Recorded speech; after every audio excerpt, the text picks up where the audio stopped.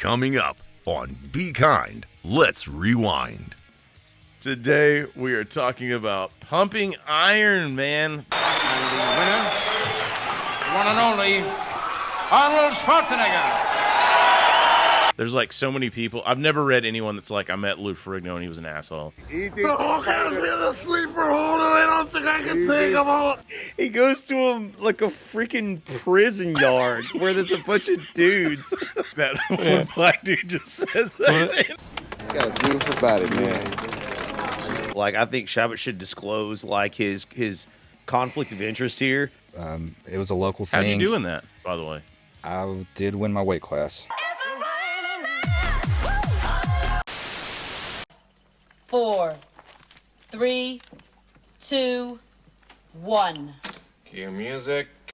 I'm like getting the feeling of coming in the gym. I'm getting the feeling of coming at home. I'm getting the feeling of coming backstage when I pump up. So I'm coming day and night.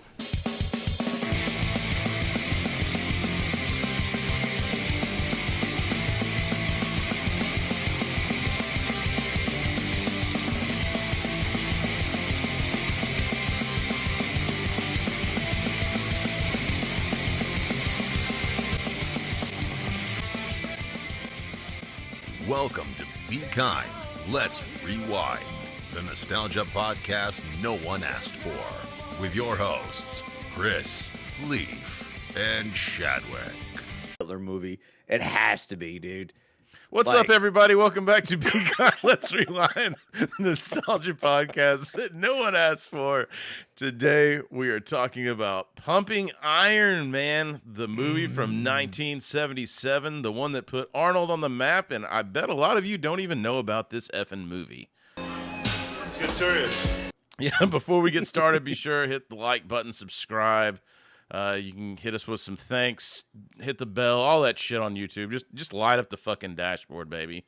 Hit us with the 5-star on Spotify and all that. So let's just jump into this right now, guys, because obviously this movie came out before we were born, but I was way late to the party. Shadwick helped introduce me to this movie when I was working with him at that shitty trucking company. And he had quoted it, mentioned it. I think we actually you came over or something, we watched it together, and I was like, how have I missed this fucking gem? I may have... It may have been prompted by talking about milk, and I was like, milk is for babies. Yeah. And when you know that milk is for babies. Grow up and drink beer. Leaf, where do you first remember seeing this? Dude, never. Because Shadwick told everybody but me, dude.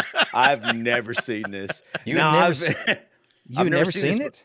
No, this is the first time I've ever seen it. Now, that being said, I have seen a lot of clips from the movie. Right. People will reference it. I've seen YouTube shorts and Instagram reels of it. And flex and they come up. Damn! Yeah. And things like that throughout the years. So people would like post clips. So I've seen bits and pieces of it, but I never watched the entire thing in its entirety until... I'm not really very familiar with this guy that's in it. Arnold... Yeah, the Strong? Schwarzen not going to work here anymore. Not going to work here anymore? Well, I mean, he told us, Milk is for babies. When you grow up, you have to drink beer.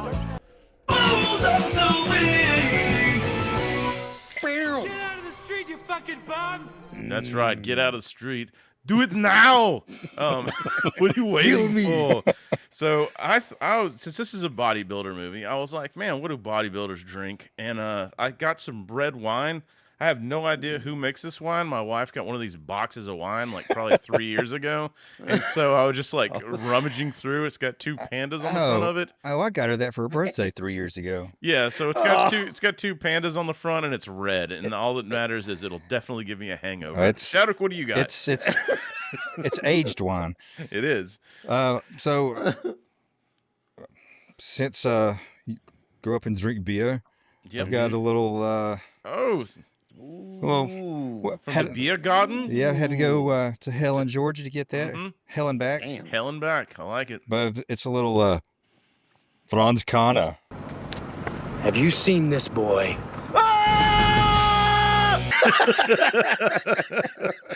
Leaf, man, bring us home. What do you got, brother? Man, I got a little Nitro 3 philosophers right here, dude. I assume like the thinker. 3 Yeah, Lucifers? basically. No, the 3 philosophers, dude. So I believe one in the middle is Arnold. Okay. After that, you got Franco Colombo. Oh shit! And the last one Wait, is what? Lou Ferrigno, believe it or not. Is that No, real? I am making that up. Awesome. 100%. Dude. I like it. Yeah. I like it, man. So, That's guys, what I'll call Oh, it. so I never had this beer before. It is quite tasty. oh, it's good. Julie gets that all the time. Also, want to shout out our Rewinder of the Month, Kiwi. Thanks for sticking with us on the playground episode. Oh, yeah. So, we've got some merch on the way to you. And, guys, don't forget, hit our buddies up at ZBiotics, zbiotics.com/be kind. Help us out, help yourself out. And, I mean, I don't want to waste any more time. I want to get over into this damn thing. Well, I just got to say, I know you've already touched on it once, but everybody, like, subscribe, comment. Please get in the comments. The comments. Chadwick loves the comments. I do love the comments. And I noticed during our a lot of you are forgetting the first 2 rules of Be Kind, Let's Rewind. Like and subscribe. Chadwick's like, God damn it. Well, we got some spicy comments on the Eddie Murphy stuff. It turns out, I guess there was a lot of Boston people commenting on it. So anyway, let's go ahead and get over into Pumping Iron. Can I sign up here? I want to start gaining some muscles. Pumping Iron from 1977. Leaf, Dude. hit us up with some boring ass facts. This is the seminal documentary that explores the world of professional bodybuilding, focusing on the 1975 IFBB Mr. Universe and Mr. Olympia competitions. For those of you who don't know, yes, those are separate things. It stars Arnold Schwarzenegger, Lou Ferrigno, Mike Katz, Franco Colombo, Ed Corney, Ken Waller, and Serge Nubret. Kind of. The film had a budget.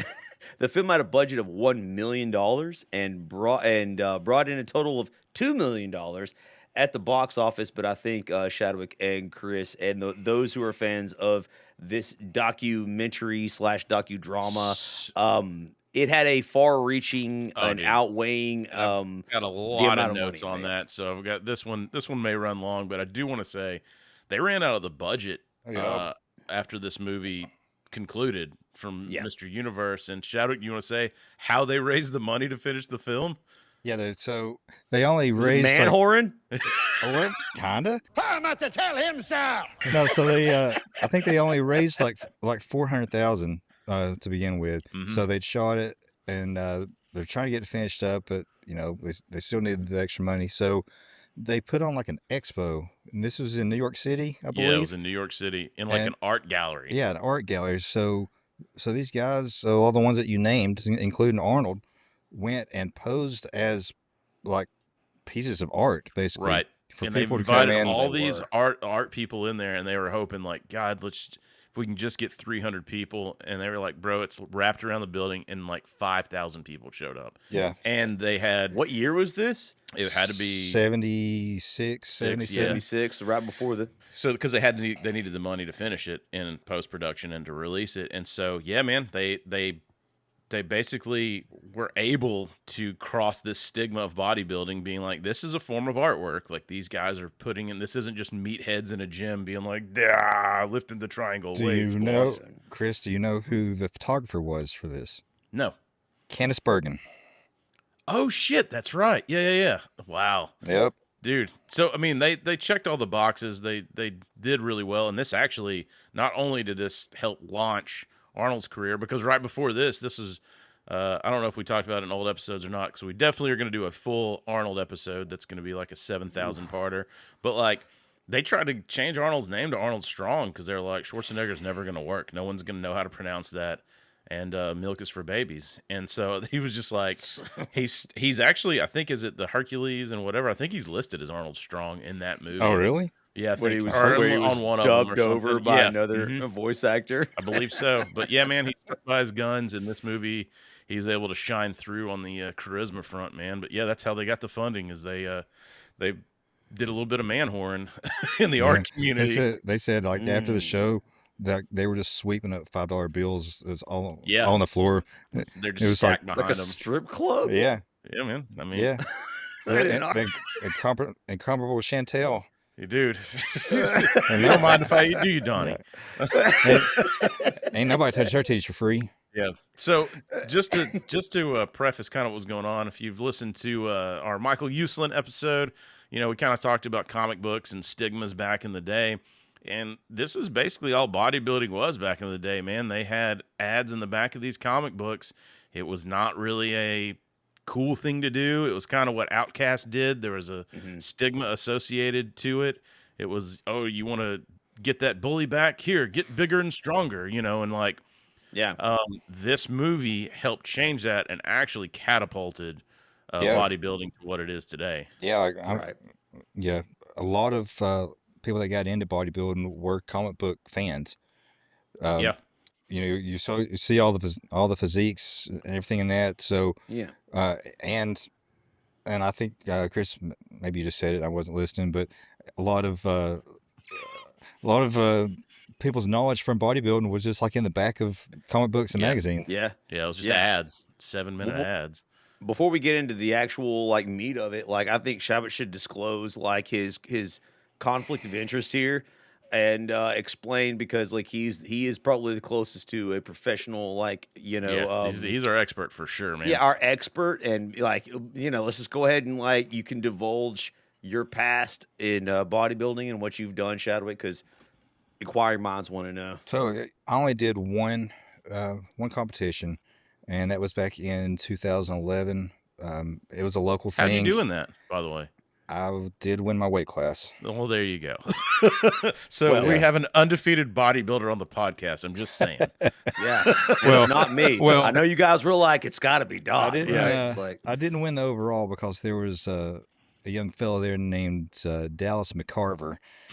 Yeah, never forget him. RIP, man. Yeah. But yeah, man, Chadwick. when I was working with him, he was training for this, and you did this like when you were in your early 30s, right? Yeah, I think I was 32. So I mean, this wasn't this wasn't spring chicken Shadwick out of high school doing whatever. Shadwick he always worked out, was always in shape, and then, dude, you put the commitment in. When you want to do something, you go in 100%, whether you suck or not. Podcast being the example, but you go 100% in. But no, I mean for real though, he committed 100% to it and just went in, and it was crazy. I think that I'm really excited for this episode because I'd like to hear Shadow's experiences, his knowledge, what he went through like during this, to sort of the misery, because man. If it was, there's a lot of misery involved in this. Because there's a lot that left to be desired, I think, in this docudrama that we're about to talk about. Yeah. And I know a lot of it when it was test filmed to a lot of bodybuilders, because I think the director and thought that it would test well with body. They hated it. Yeah. And I don't know this for a fact, but my suspicion is the fact that they left a lot out. They don't talk about their diet, their sleep schedule, their workout schedule. Yeah. It's more that was all viewed as boring. Well, you're touching on the stuff that I wanted to talk about. That's where I think this movie really failed. Yeah. Is because, I mean, we've all heard the stereotypes, meathead, gym rat, whatever. People associate big bodybuilders with being dumb. We're basically, the male version of the dumb blonde. Right. And, and people just don't understand like how much you have to like fine tune like macronutrients, body chemistry, fine tune your workout. Like what movements are going to make your back thicker, which ones are going to make it wider, right? What's going to build density in your biceps versus just the peak, like right, dude. There's a great story that Arnold had when he came over and his calves were bad, which we've always been told calves are genetic. Either you have them or you don't. They're really hard to build. Weider, he was living with Joe Weider, I think, for a little bit, had a calf machine there. And Arnold did calves every fucking day until he got the calves that he has, in this movie. And that's just a testament to his drive to do that. Yeah. Is crazy. To put on, anybody that knows anything about working out and bodybuilding, putting on calf size is fucking hard. Yeah. And Arnold Some was people like, will. Some "Nope." people argue that it's impossible. Agreed. But I mean, you know, So the evidently. the the most like sought after thing is like to have your calf to be the same size as your biceps. Right. And It's all about that's symmetry. yeah, right? that's supposed to be the symmetrical equation there, but I never did it. That's crazy. but- that you're huge, just like Dude, massive let's calves. jump in this movie and then Shadwick just sprinkle your expertise as we go through this. And I've got an assload of Arnold stories from his book and some notes that I have. So strap in. Did he say strap in or strap on? This is gonna be fun. Now This is now gonna be say it like funny. Richard Pryor. Yeah. Marlon Brando. All right, okay. The film opens up with footage of two bodybuilders working with what appears to be a ballet instructor. I Yep. believe we might know those two bodybuilders. If one of them definitely, if you're not in the bodybuilding community, perhaps not the other one, but of course. So Arnold and Franco were roommates, best friends. R.I.P. Franco, I believe he passed away. Was it this year or last year? It's been a while back. 2019, I believe. Yeah, it's been a while back. Oh, has now. it been a while? Okay. I had it like up here, yeah. But yeah, man, him and Arnold were, thick as thieves and were always trained together. And it's crazy too that they were always like the last two spoilers, but like in the competitions it was, you had a heavyweight and basically a lightweight, and then those two would pose off for like the overall or something. But yeah, man, him and Franco, here they are trying to work on their posing with the ballet instructor. Which is extremely important for those who don't know, and there is an art to it, right? Yeah. Like learning how to pose matters. Like your movements need to be fluid and graceful, and need to pop at the right time when you flex. And I mean, I assume ballet is very, very important with that kind of movement and motion, because there's some sort of art. Obviously, you have to build and train your muscles, but when you're showing them off, that's a whole separate different skill So level. how much did you focus on that, Shadwick, when you were doing bodybuilding? Did you do a lot of posing, and did someone work with you on that? I started practicing in February, and the competition was in June. So Jesus. I practiced all that time, but I'd never done it before. Right. So- I mean, I know, but still, like it's just was learning to walk. People just think you go up there and fucking throw up a couple of Hogan biceps and walk off the stage. Yeah, so I want to know how you do it though. Like that's how'd you get your routine? You just make up your own poses. Yeah. There's certain poses that you have to hit. But yeah, back then at least, I think we had a minute on stage, so we got to provide our own music. And I just your own routine. Yeah, our own routine and everything. So I think I started that I can't even remember, honestly. Yeah. But I was playing like classical music with mine. That's cool. And was it Pomp and Circumstance, the Macho Man's music? Yeah. No, it was actually I say classical, but it was instrumental. It was from the damn Transformers movie. Oh, nice. Yeah, nice. But Shadwick had his own explosions with his muscles. It has a nice little crescendo building up to to that point. Good, so man. Yeah, man. This opens up. With Franco and Arnold. They're doing their poses, and then they're kind of. Dude, it goes into this fucking music. This music, I'm telling you, is a banger, and the music that ends it too. I don't know why, but I fucking love this soundtrack to this. Pumping up, pumping iron. It's so good. Really? I don't know why. I fucking dig it, man. Maybe it's I because feel it like reminds me of the movie. It's definitely like a drawback, like a time capsule or something. Yeah, for sure. That's why I was going to say that it is a time capsule. It is very 70s. Yeah. Like in its mid 70s, right? So like we're in the heyday of like disco, and like there's some influences there, but I understand what Chris is saying because like the musicianship of the song, like I wouldn't say that it would be a hit on the radio, even though it may have been. Yeah, I don't who know. knows? However, like there's a certain level of musicianship in the song, and while it's playing and the credits are rolling, there's just an intro of an old timey bodybuilder, obviously thrusting with his huge triangular weight. Steak and eggs and eggs and steak. That's what you should have for breakfast. Delicious. Leave name was The Phineas. song kind of reminds me. Nice. It makes me think of short people for some reason. Yes, I mean it's basically like it gives you like a history of bodybuilding basically in this short Pretty much. film. Like it shows you where it started and where it ended. And Isn't there a lyric that says something like everybody wants to be bigger than their dad? yeah. Which, Was he bigger than me?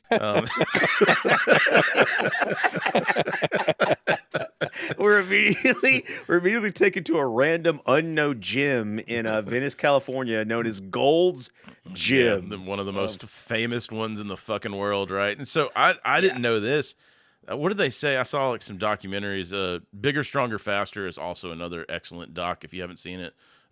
Chris and Mike Bell, Smelly Bell. Anyway, they did that one. It's but they work out. They go all the way to Venice to work out to be like, hey, we got to go to the iconic Gold's Gym. It's not a very big gym. No, it's like what 5,000 square feet, which is nothing for a gym. And you could see that in the documentary. Yeah, you can see the whole shows it. fucking gym in almost every shot because it's so small. Yeah, it is very underwhelming. or maybe just everything looks small next to Arnold. Yeah, that is true, man. Maybe that's it. Not only Arnold, but when Arnold comes into the Gold's Gym, obviously he's like the star, and we'll find out here in a minute why. But it's just full of massive dudes, and like they're all yoked. They're all shredded. Who's that little dude that jumps into his arms? I don't know. It makes me laugh. There's that guy. Crazy and then there's guy. the guy when he goes up to when he also does the shit. Sean does this all the time. Like when he sees Mike Katz, he's like, How are you doing? like it's like that.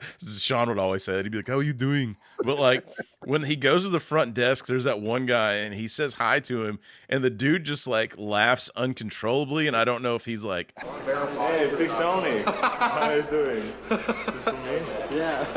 Hey, He's like, he's Starstruck. like fanboying out or yeah, something. fanboying so out, or the awkward. cameras maybe made him weird out. That's what I know. was gonna say. But you get that great line from Arnold, and I've kind of joked around before that doing that too. Like you walk in, he's like, can I sign up here? I want to start gaining some muscles. Yeah. He's like already like what 5-time Mr. Olympia at this point. And so the whole scene is basically centered around Arnold. He comes in like a god, the king, and like Chris said, he currently Arnold Schwarzenegger is 28 years old in this film. Was he ever that young? This is proof. He is Mr. Universe, 7 years running in a row. Mr. Olympia, 5 years so he's running 21 when he won his first Mr. Universe. And Chadwick, that's insane. like if you want to, I didn't know that. Explain. You can right now is a perfect time to explain what the difference between Mr. Universe and Mr. Olympia is, because it matters in this film a great deal. yeah. So before the Olympia, Mr. Universe was the pinnacle. Like that was the one to win. Mm-hmm. So after a while, these guys are all still in their, formative years. So they're like, well, we'll take all of the Mr. Universes and put them into a competition. Right. So you had to win a Mr. Universe to even be eligible to be in the Olympia.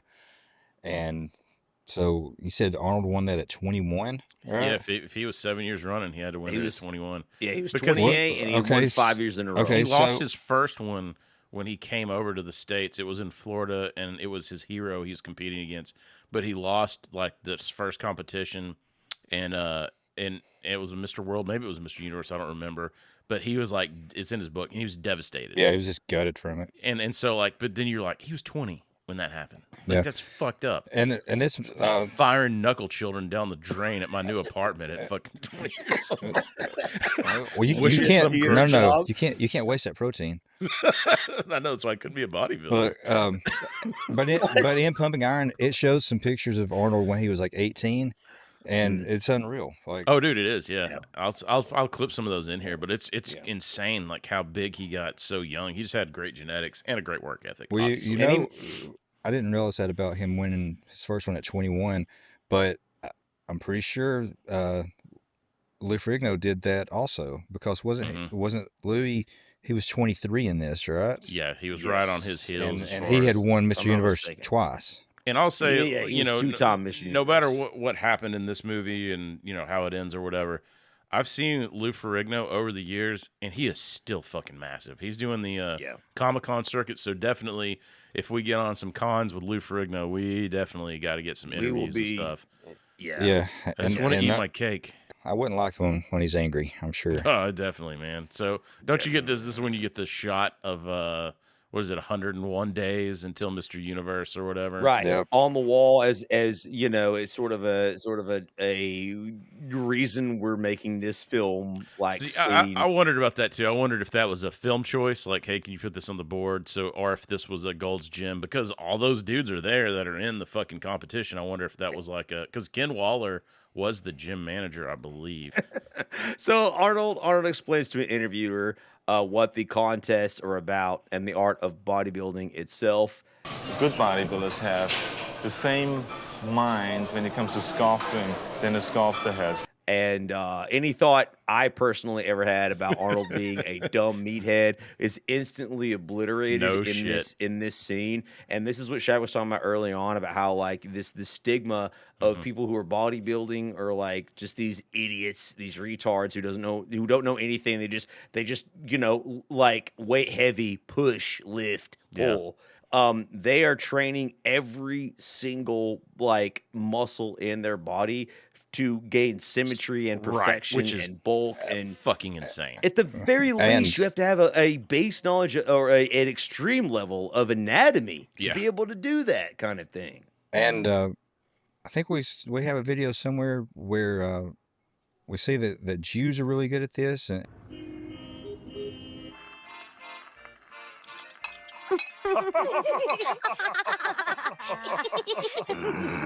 so Arnold immediately after that there's a private interview with Arnold off to the side, obviously, and he talks about like how pumping iron feels. Well, and that actually leads me over to shit stuck in my head this week.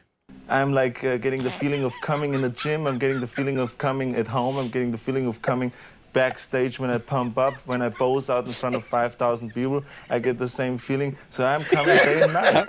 How in heaven am I? Yeah, how in heaven am I? So here's what I noticed too watching this back, because I'm really starting to get, especially doing all the editing. Again, I know that the editing I do for us is not like fucking Spielberg or whatever, but you just start picking up shit. They filmed every one of his fucking comments that he did. That was a one shot. He's wearing the same clothes in every single one of those, like on those cutaways. And you know what? I would wear that shirt right now. I wish if you had it. That would have been epic for you to wear right now, dude. But no, Chris is right. I did wear this one though. Yep, come with me if you want to lift. Also, I'm coming. Yes, boobies. I love boobies. Shout out Brian Monarch. But man, yeah, this is the probably you have seen this clip all over the internet. We've used it several times. It's just Arnold. What really happened in this film was they wanted Lou Ferrigno to be the bad guy, and they wanted to create. You see this persists, right? Because I know people that watch this, I know it's a big controversy online when it came out. Like people that are big fans of this were like, well, like this whole documentary, it's good we can talk about it right now. This whole documentary was fake. It wasn't real. It had aspects in it that were scripted. Obviously, the competition was real. Their bodies were real. Welcome to the future, reality television, ladies and gentlemen. The reality television, and thank you, Chris. That's what I was about to say. Reality television was invented in these types of docudramas because the same shit happened on The Real World, which was like the most popular show. I'll tell you, kudos to them, because Arnold talked about this. If you can find it, I think it's called Raw Iron. It was the 25th anniversary of this. I actually have the DVD of it. Get your DVDs, boys and girls. They're taking all of our media away. But like this one, he talks about like how they had to call it a docudrama because calling it a documentary wouldn't have been authentic. And I was like, fucking good on you. Like, that's good on you. Like, that's telling the truth. Say what it is. It's entertainment. Let me pitch you guys an idea.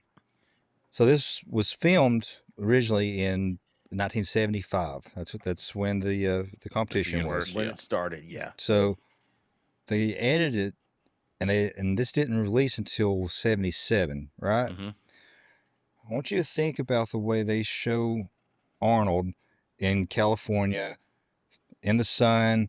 He's always relaxed. He's charismatic. Everybody loves him.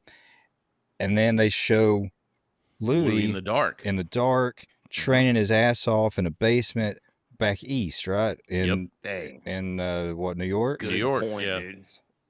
What movie came out in 1976? Rocky. Yep. So it's what it is. It's the. I think they really took. I think they took cues from Rocky, and they 100%. tried to build that underdog story. And I don't know, like maybe you think they wanted him to. You think that they thought Arnold was going to pass the torch to him, or was Arnold always going to be the winner? From what I read, they said they wanted Lou Ferrigno to be the bad guy, and then it wasn't possible.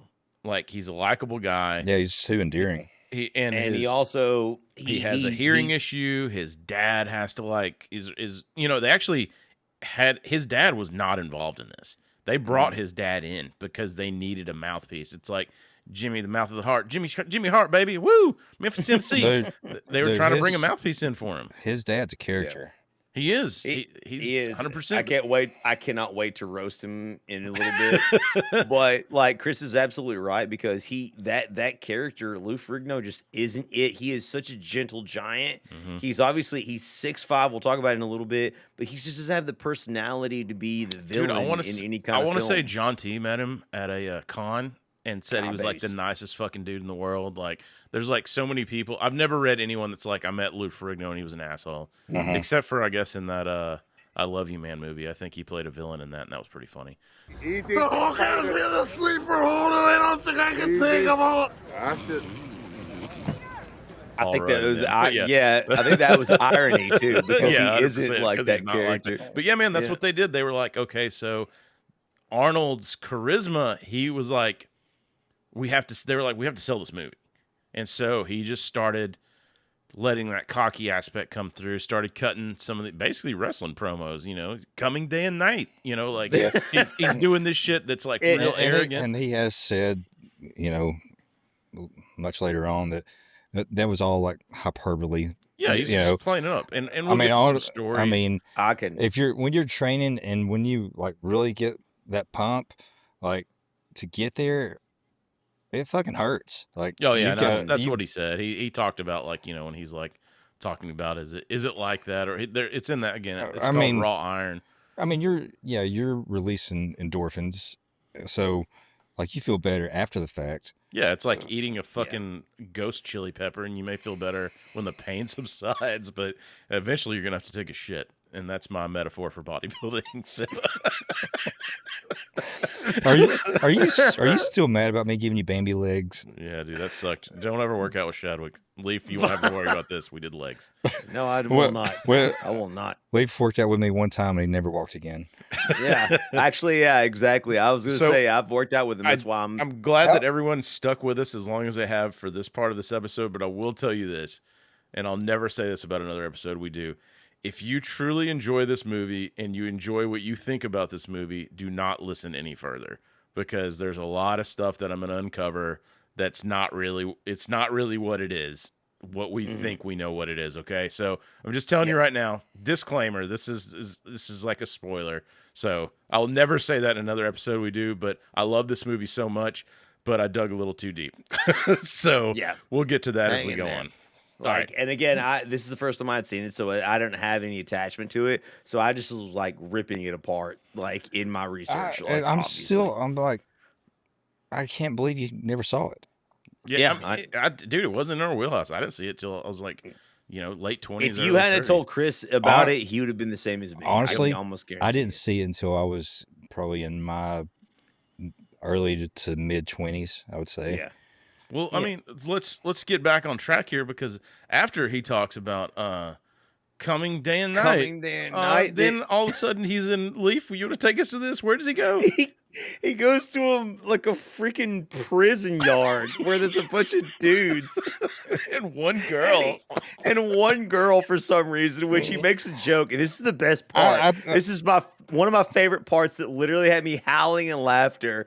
He goes to the prison yard, and there's this one, but you can't tell it's a prison yard. Right. The guys don't look like typical convicts. They're not wearing the white and black stripes, the old-timey stripes. They're not wearing prison outfits as far as I remember them or know them. They're not orange outfits, right? But there's this female. They were mostly black, though. And so they're all gathered around, and like there's one female in there, and he signs like an autograph, and he's literally like here, and they make a joke about him kissing her, and he was like, I bet she hasn't like been kissed like in a few years or whatever. And I'm like, Jesus. Well, he gave her like a kiss on the cheek, didn't he? Yeah, right before I think he did. Yeah. And he let her take his shirt off. Yeah. And I thought, like, she's not that ugly, Arnold. Why would you say that? Well, it turns out she's a convict. With the rest of the dudes who are prison. Yeah, this is like a co-ed prison, I guess. Yeah, that's what it is. And I never heard of it outside of this, but it was called The Terminal. I have no idea, or man. Terminal Island or something like that. Like we all are wired different, so we have different scenes that stick out in our heads. Yeah. The one that sticks out in this scene is he's like, got a beautiful body, man. Yeah. Like that one black dude just says that. Yeah. Well, so right after like I think the girl asked for a kiss, right? Yeah. And so he gives her a kiss, and then you hear this guy like off screen go, "Give me a kiss." And he's probably saying it to the woman, but But Arnold he's like, oh. I heard about this, guys. I'm sorry. I think what this was the documentary crew looking to get footage of shit outside of, because what they said was you can only watch people lift fucking weights for so long, right? And so so they were looking. I would be shocked if they didn't set this up. So to have him pose, but it's fucking weird. Like, agreed. It's fucking weird. I feel the same. I agree with that, but except for in the competitions where people have paid money to go, they act the exact same way. They're like standing and like grown men are clapping for like naked dudes with their penises not wearing a dance belt. Literally, like I saw like freaking. I saw Arnold's cock, dude. Yeah. I seen it, dude. I was like, dude, this is happening right in front of my eyes. And dudes are like standing up and like giving standing ovations and clapping. And it's like, was he bigger than me? What? Wait, you saw ever talk about? You saw Arnold's cock. I mean, dude, he's in the fucking spandex Speedo, dude. Wow. There's nothing to be there's nothing left to the imagination. Sorry. In the industry, we call that a banana hammock. Yeah, he's wearing the but that's the thing is like the prisoners are acting the same way as the people, and maybe those people were told they were going to be on camera, and that was a documentary. I think that was you got to behave and whatever. Well, so because also prior to this, he's not Arnold, famous yet. Yeah, Arnold was kind of a joke. Like right, like for 10 years, people just like laughed him off because he's big and strong guy. Big dumb Austrian oak. Mm-hmm. Yeah. Right. But true. But then like as people actually see him in person, they're like, holy jeez. Yeah. Well, yeah, from my research, Arnold almost didn't appear in this film. Like he almost turned the entire like thing down because he was done with bodybuilding. Yeah, he wasn't gonna do it this year. He was completely fit, and I think that actually shows in his attitude. And obviously, like Arnold is a champion; he plays to win. But in a way, like the way his attitude sort of comes off as very, very nonchalant, joking. Well, and I think a lot of conspiracy theorists felt as if. Would you compare him to Apollo Creed? I mean, maybe, but my main observation was the fact that like he seemed to be. Obviously, like he's 5-time champion, Mr. Olympia, 7-time Mr. Universe. 5 times. Yeah, he's the cat. He is sitting there and he is having the best time of his life. Like and now obviously some of this is like Chris was saying is scripted. He's portraying a character. However, there's a scene later on where he's in front of everybody and he's like, and this is like he's in front of the audience. So it's like he's not portraying it just for the film, obviously. He's just being himself and he's just having the time of his entire life, and he's enjoying himself. He just oozes charisma. Dude, and it was in his book. So this was a book first. Like, this Pumping Iron was a book first. I don't know what the fuck it was as a book because it doesn't work without Arnold. And they basically were like, this movie doesn't work without you. This is going to help bodybuilding. Arnold did this for bodybuilding. And in my notes, and by all accounts, if this movie doesn't happen, bodybuilding isn't what we don't get. Ronnie Coleman, we don't get like Jay Cutler, we don't get him either. Like all the big dudes that we know, those don't happen if Arnold doesn't do this movie. Did you say Ronnie Coleman? Yeah, buddy, it's on now. Which is wild because it ends up being a love letter to, like Chris said, to bodybuilding at the end of the film. But that being said, this also semi-launched his career because in acting. It's the charisma in this came through, and that's what got him jobs. He showed he had the chops to be, he had acting chops, and it's almost like his actorial debut and his audition tape. For sure. I mean, for his like personality, because I think he did, some strongman shit. I think actually his first appearance was on the Lucille Ball show. Oddly enough, he was a masseuse. Wow. He was a masseuse, and she vouched for him, and she vouched for him for his whole career, apparently too. Like, so shout out Lucille Ball. It's a shame that we never had any female role models back then. So Conan about a beer. So Conan the Barbarian didn't come out until 82. Yeah. But I'm sure this launched him into it did. It made people be like, okay, he can do this. But so let's move on. Let's move on from the prison yard. Back to the actual. So we go to the next section of the film, like leaving Arnold behind just for the moment. We journey to the Mr. Universe competition, which Arnold is not involved with. He's only in the Mr. Olympia competition. And this was really smart too. For the guys that created this. They're paralleling these two. Correct. So you've got the Olympia that Arnold and Lou Ferrigno are going to be in, and then you've got the Mr. Universe that Mike Katz, Ken Waller. And I'll tell you why it's really smart is because Mike Katz, Ken Waller, Arnold, all those dudes are working out at the same fucking gym. Yeah. So you get all this footage in the same area. Together, So and they said they had 100 hours of footage. Dude, I know. Where's the other 98? Release the Snyder cut of Pumping Iron right now. I would watch it all, in it. Dude. There's some outtakes in that Raw Iron documentary. You can find it on YouTube. By the way, this movie is on its entirety on YouTube.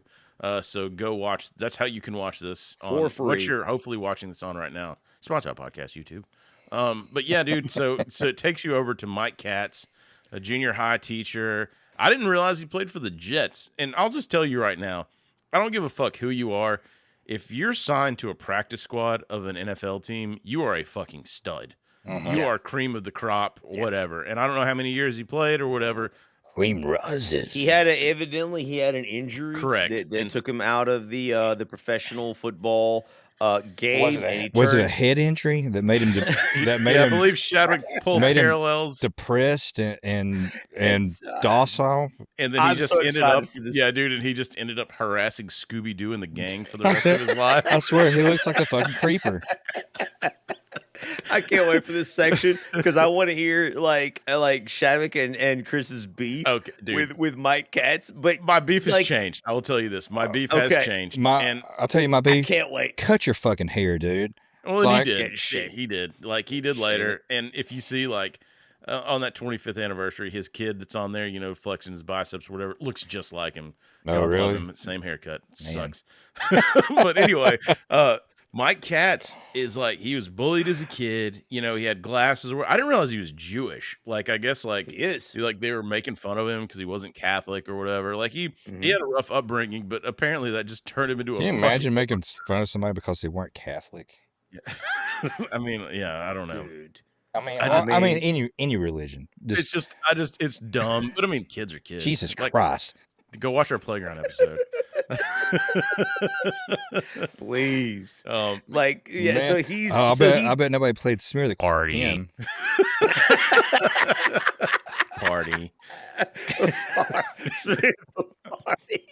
And so we get a section of the documentary where we're introduced to Mike Katz. You get his background. It delves into his past. Like he talks about being his struggles with being bullied as a child due to wearing glasses, being Jewish, being his perception of being a weak character, and you decided that was going to be his inspiration to gain muscle, to be a monster. This just occurred to me. This is the same format that they use for American Idol.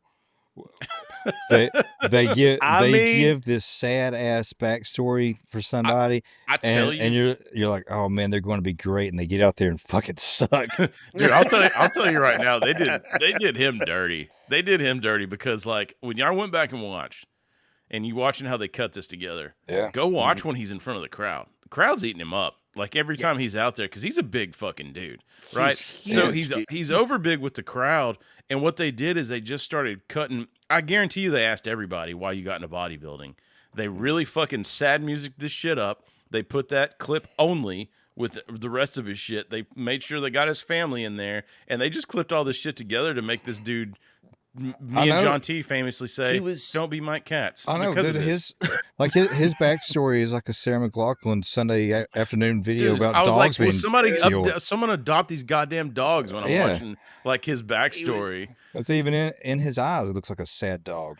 He was okay. So like he said, and he has that stupid ass comment like, "And I'm the kind of a person who is the type of a dog who would bite back. I wasn't going to roll over and quit." Yeah, I know. Okay, Mike Katz is not a very intelligent man. Like clearly, he was 6'1", 240 pounds at the time of filming. Yeah. Currently, I mean, he's still alive, guys. He's 80 years old. He's on. After this, he was on like what's the bodybuilding federation called? He was on their board for fucking ever. Yeah, like a director. Yeah, he was a judge for a long time. He's a smart dude. He actually really is a smart dude. It's just I think they really just painted his ass dirty in this. And I think so. And I have some insight to the infamous shirt thing that we'll get to later on. I will say, I would not have picked him as a winner in the competition. No, you wouldn't have. He has a weird asymmetry when it comes to his back. I was going to say his back is what got him, I think. Like, his back, there's just something. He's a big fucking dude and was a big dude.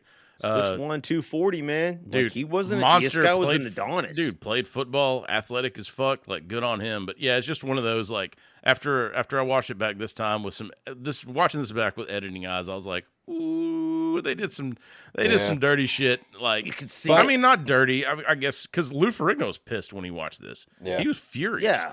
But I mean, I'm sure everybody else was just kind of like, meh. Like, it is what it is. Like, this will be good for bodybuilding. They paid Mike Katz $1,000 to sign a release for appearing in the film. Yeah, I mean, so everybody had to sign a release. You have to sign a release, and then that basically just means they can take any of the footage that they have and they can do whatever the fuck they want. Which, good on them. They made a great story. It's a great fucking story. And again, I can't say this enough. It's a docudrama. So don't forget that.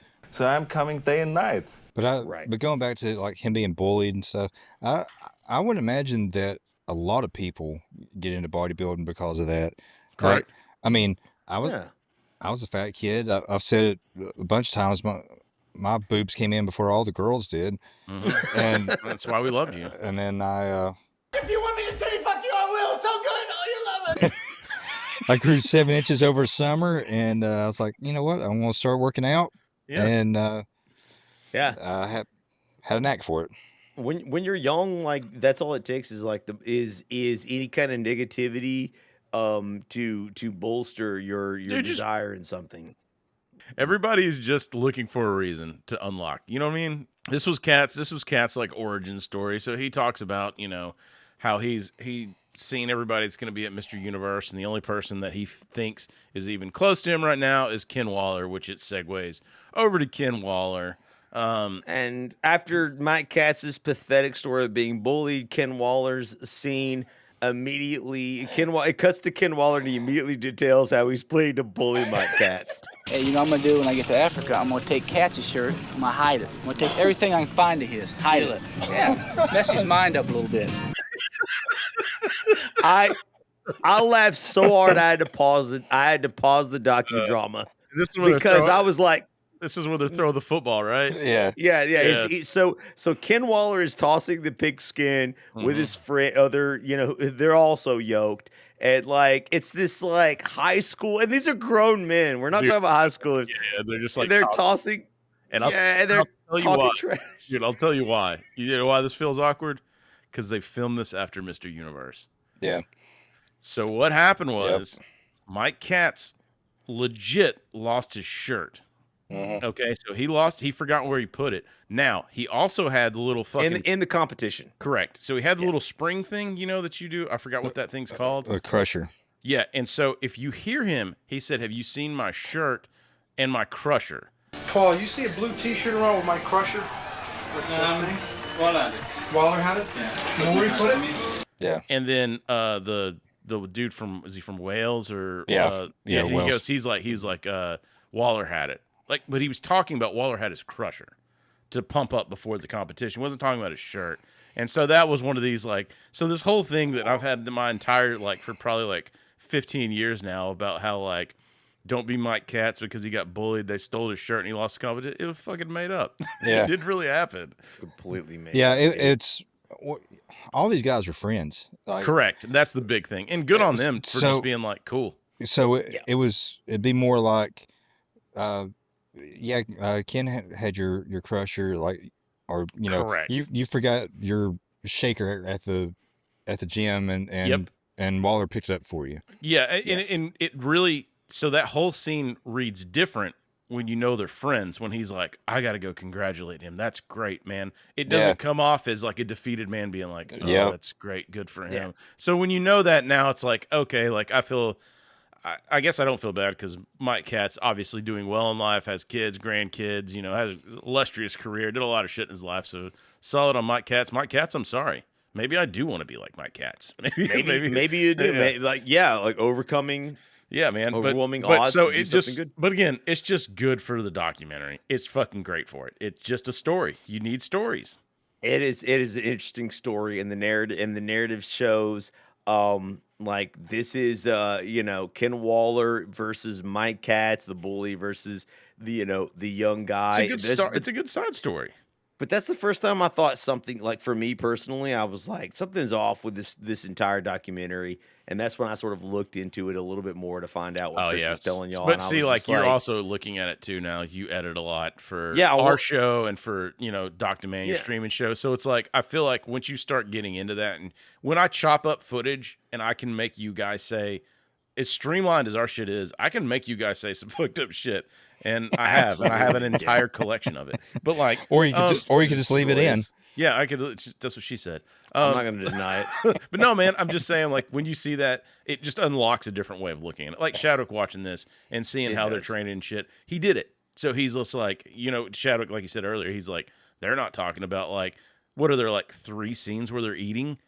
That was the biggest part of your fucking training, man. You would bring these tubs of chicken and rice to work, and you're eating every fucking 2 hours or some shit. At one point, I had fish smell coming out of my pores because I'd eaten so much fish. So much fish, yeah, dude. You were switching up from chicken to fish to which is crazy because we're talking about the mid-70s. How hard was it to eat the correct things and find this stuff? We literally have you can go to Walmart and find anything nowadays. Literally anything you want for cheap. And this is 1975.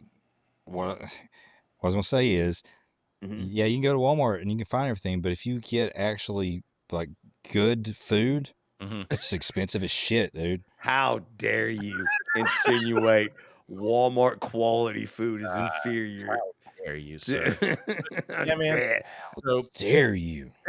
So now we shift back from after we see Ken Waller being absolute ass, which he actually said on that 25th anniversary. Again, all the stuff I'm relaying, go watch Raw Iron. I believe it's 25th anniversary.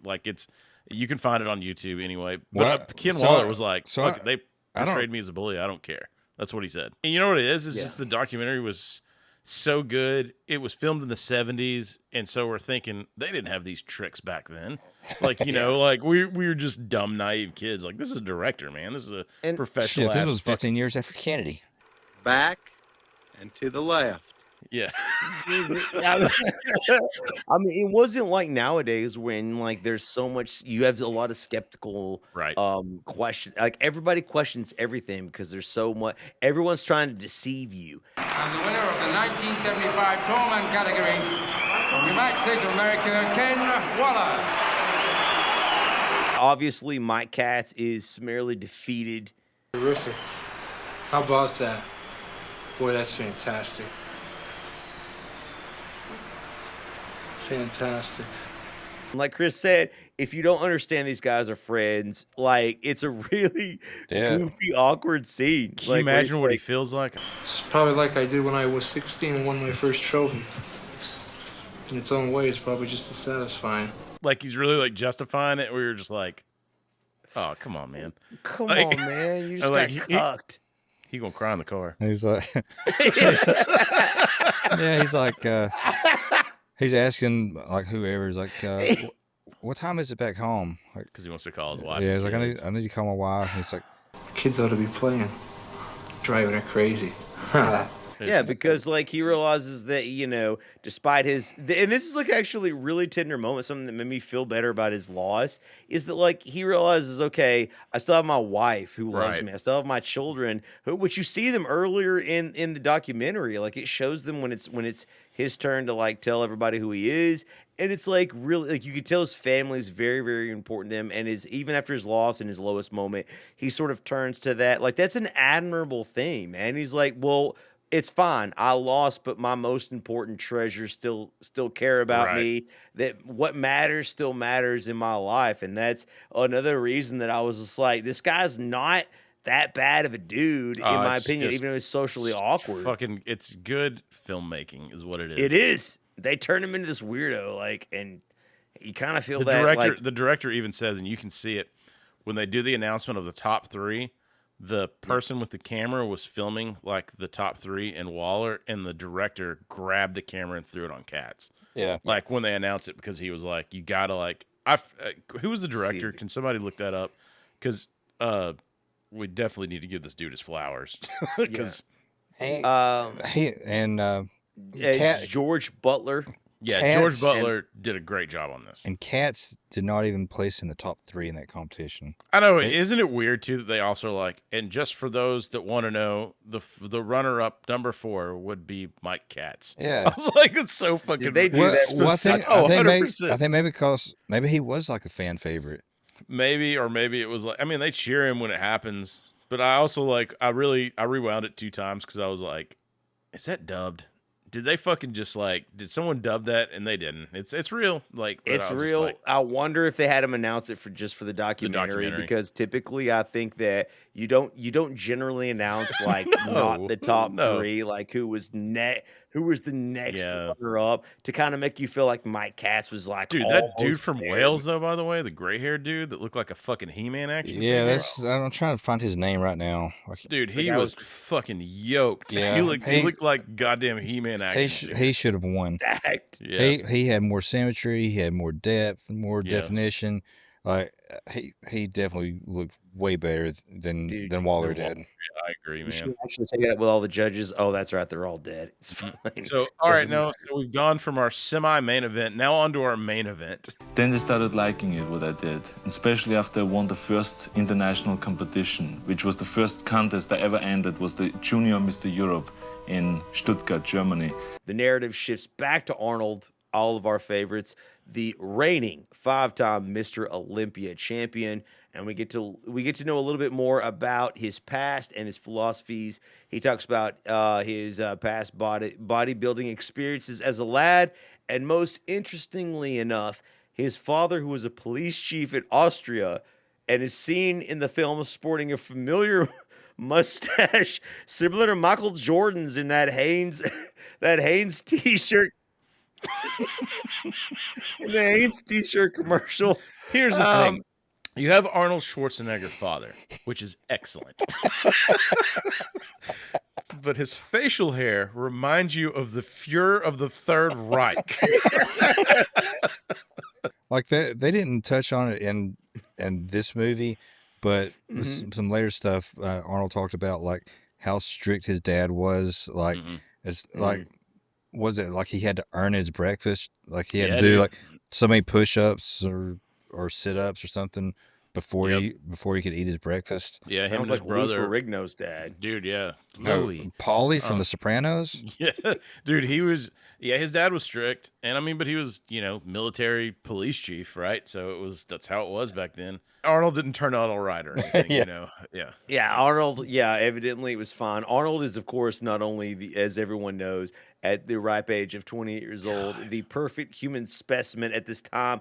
He's also extremely charismatic, confident. He's intelligent, which were all traits, obviously, that no doubt aided his meteoric rise. Oh, dude, and this again is another shout out to like Arnold saving bodybuilding with this movie. Is like it showed again, to Shadwick's point, they're just not dumb meatheads lifting weight. Like this is an intelligent, charismatic dude. So much so that he needs to do a sexy fucking shoot with a girl on his goddamn neck and then two hugging on his legs, like while he's got the crusher bending it or whatever. Yeah, it's like he's standing there. And I always thought that was funny too. Like when he acts like he can't bend it. He's like, and he tries to like chop it, and then you hear one of the girls go, "I thought you were strong," and then he's like, and you're just like, he's like, dude, he's like, you. And she's on his shoulders, and then he just freaking power bombs her straight to hell because that's what she deserved for insulting Arnold, who's worked his entire life to get what he has right now. But yeah, he's in this weird photo shoot with girls, and I think this is supposed to portray another aspect of his life. He's just having a good time. He's not taking it seriously, obviously, which he is. Well, he's making money. But he money wouldn't look like that if he wasn't busting his ass in the gym. So again, this is not in this film, but Joe Weider discovered Arnold and like pretty much paid for him to come to the United States, set him up, taught him, business. Would you say that Joe Weider was the customato? Yeah, man. Of 100%. Right? Yep. Isn't that strange? But but unlike Customato, isn't that weird? Yeah, he had like a contract, I believe, with Weider, and then at some point in time, he's doing well. He's featured in his magazines. They're selling off the shelves. But even when this was happening, Weider was feeding into dude, Ferrigno might beat you, and like was really trying to get into Arnold's head, because I believe speculation is Weider was like, everyone's kind of sick of Arnold. Like he's been 5-time champion. Like it's kind of like, you're the hero long enough before you're the villain, like it's one of those things. So it's like, everybody wants to know who's going to beat him now. Right. Yeah. Like he was really lived long enough to become the villain now. Yeah, correct. Almost. So like Weider was really feeding into that of the Ferrigno versus Schwarzenegger, because he knew he was going to sell fucking magazines. Oh well, that's just a business model. Like maybe he wanted to start supporting Ferrigno because he was younger. He had I'm sure he was 5 years younger than Arnold, so that's 5 more years he could have competed. Dude, 100%. Like I don't fault him for it. I just think that it's just businessman on that. But like this goes back to the Gold's Gym in Venice, and then aren't they in Muscle Beach at some point in time with this with Franco? I think so. Yeah, immediately. Obviously, they're at the mecca of bodybuilding at that point in time in history. And of course, he works out with Franco Colombo. What does mecca mean? It's fine. Just accept it. Just it's spiel mainly, and nobody knows what it means, but it just gets the people going. While Arnold obviously is showing this intensity, he does mention Lou Ferrigno, who is in this film at the very least his number one competitor. I would argue, especially at the end of the film, that's not the case. However, like that's how the film sets it up. Lou Ferrigno, of course. 24 years old, former Mr. America, two-time Mr. Universe. most people our age know him from his performance as the Hulk. Dude, which I'll stop you right there, which is kind of cool, is when they were filming this and they were talking to Lou, like after this is over, all he kept talking about, he's like, I just want to be the Hulk. I just want to be, like he kept, because I guess the tryouts, you dummy, the tryouts were coming up. It was happening right. And so they were auditioning for it, and so he just really wanted to be the Hulk, and he fucking got it. And I thought that. And was pretty cool. for those of you who don't know, Arnold was in the running for the Hulk, and he did want it because Arnold was looking to break into Hollywood, and Lou Ferrigno beat him out basically for one single reason: Arnold was too short. Yep. And the Incredible Hulk needs to be imposing and large. And Lou Ferrigno was like 6'5". I've never seen anything like you, Louie. Yeah, we're about to get to that. There's a picture of Lou Ferrigno with Chris Hemsworth. Everybody knows plays Thor. And he is so much bigger than Hemsworth. Oh yeah, dude, it's crazy. Like, even at 70, I think he's 76 now. He's still fucking yoked. Can you imagine anyone else playing the Hulk? Because I can't. Like, no, I mean, like not without CGI. Yeah, that's what I mean. Like, it was just a perfect body for that character. Oh, maybe that fucking guy that's on the new season of Reacher. Maybe. There's like 7'2" or something. Yeah, that dude is actually massive. But like, even still, like Lou Ferrigno just had these exaggeratedly massive features. His face, especially his upper body, was just like, it was just perfect for the Hulk. But man, so we gotta find that picture of Reacher. In contrast to Muscle Beach and Gold's Gym, like we talked about earlier, you have Lou Ferrigno training in this shitty gym in Brooklyn, which I believe Gibbs's brother was doing curls when he walked in.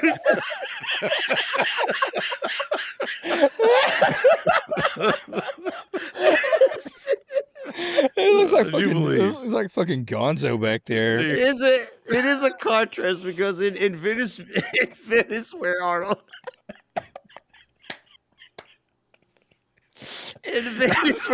is training, there's just swollen Adonises. There's like, there's huge guys. Back where Lou Ferrigno is training in New York. Jesus Christ. These random guys. And Shadwick's mentioned it. He mentioned it in DMs where we're all laughing about it. Like, there's just these people that don't belong, that have never frequented a gym. You can tell they just want to be on camera. Like 100%, they just showed up for the documentary. 100%. It's like the camera's like following Louis as he's like walking into this gym, and there's this guy in the background, and he's like just this so like unassuming. He's got like 2.5 pound dumbbells, like just doing these like curls. He's not even like, his form is terrible, everything. Dude, it was Brooklyn guy number 7 in the credits. Yeah, and then Louis out over you. And then Louis like doing like standing military press with like 295 or something. I know. Yeah, dude. Lou Ferrigno was an Adonis. He was 6'5", obviously, 270 pounds. Obviously, soft-spoken. For those who don't know, he is clinically deaf. Mm-hmm. He had like an ear infection as a kid. Ear infection when he was a baby, which is just tragic, right? Like, what might he have been done? Like, what might have he accomplished if, look what all not with that, that's but crazy. Yeah, even despite that, he's still one of the GOATs of all time. Not only bodybuilding, he learned to read lips, which Norm's nephew really fucking. Man, wouldn't be surprised if we end up seeing some body bags either. I doubt it.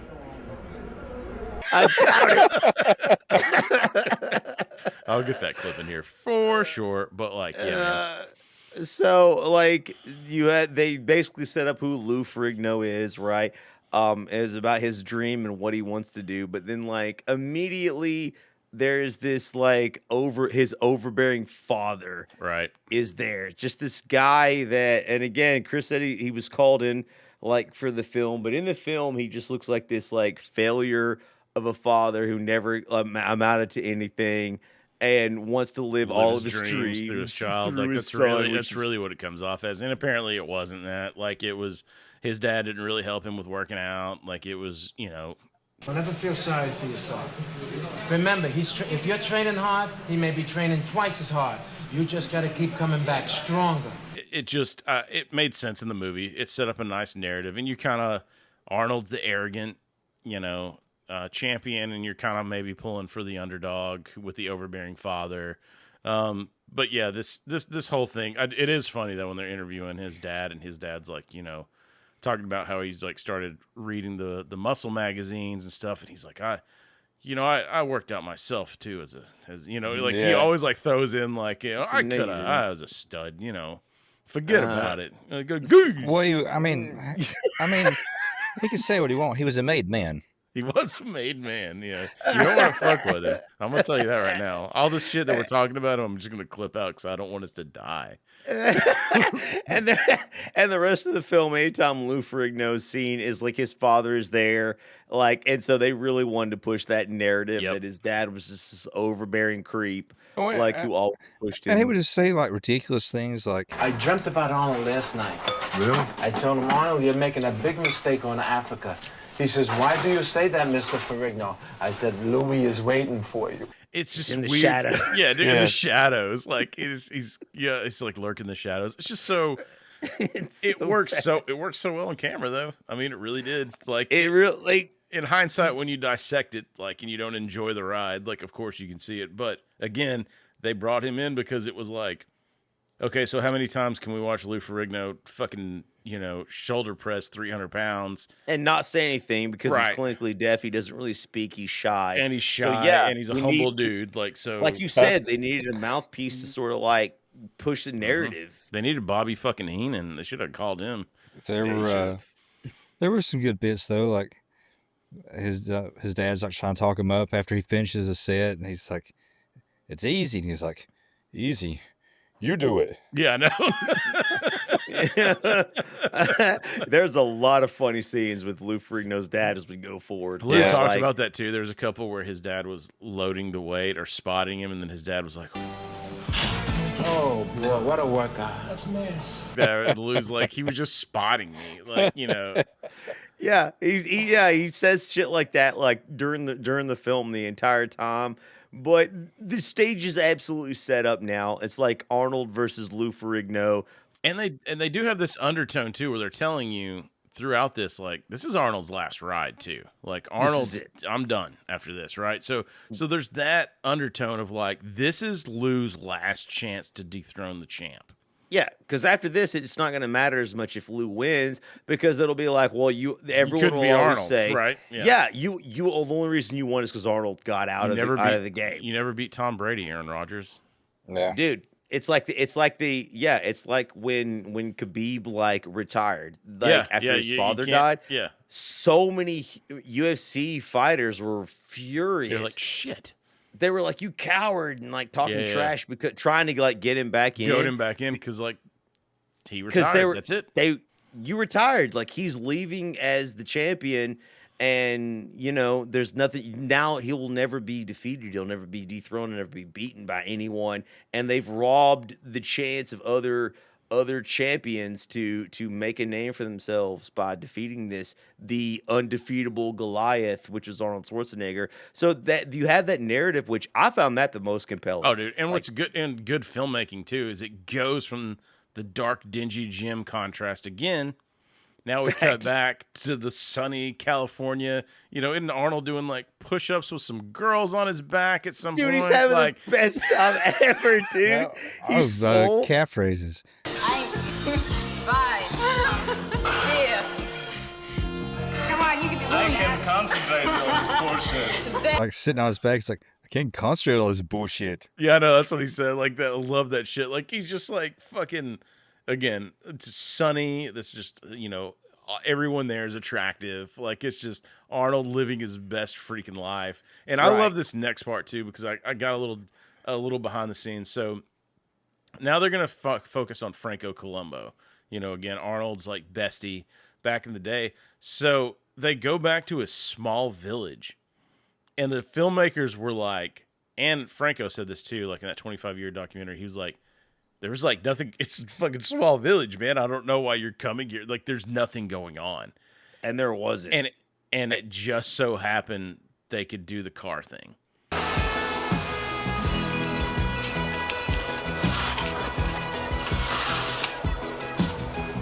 And so he actually lifts that car out of the parallel parking thing.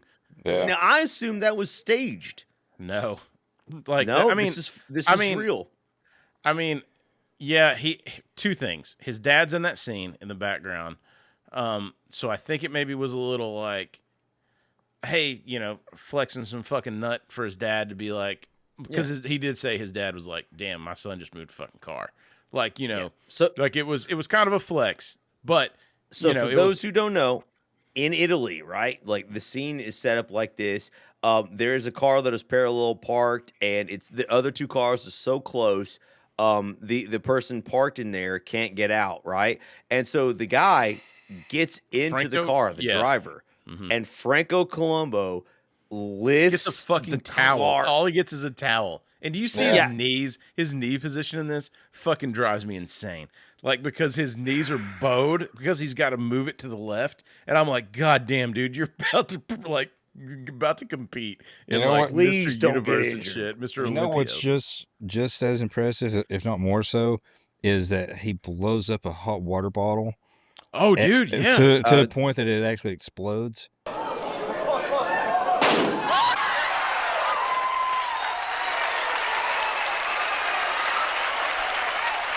Yeah, a rubber, back in the day, for those who don't remember, the uninitiated, right? You've got this rubber like balloon, and you fill like it with hot water pad. It was like it was a heating pad, yeah, right? It was both, but typically, usually hot water, and you fill it up, and that was what your like ice packs or your heating pads were back then. This is before icy hot. Hot water, right? And hot water burn, baby.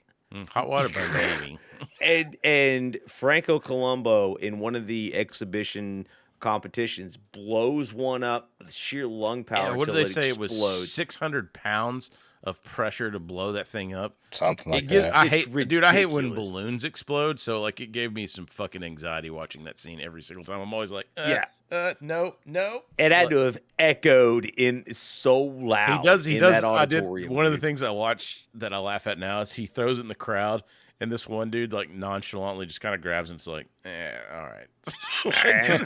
This guy's like, I got no fucking dukes. What do you want me to do with this thing? I think I'm supposed to take this. All right, I've got it. I got it now.